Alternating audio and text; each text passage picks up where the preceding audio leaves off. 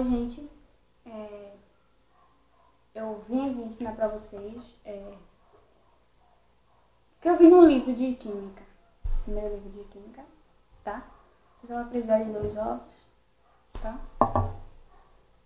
2 copos cheios d'água. Cheio. E sal. Você vai pegar sal.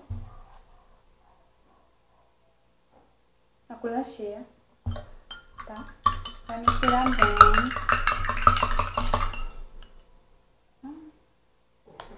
Pegar os ovos, tá?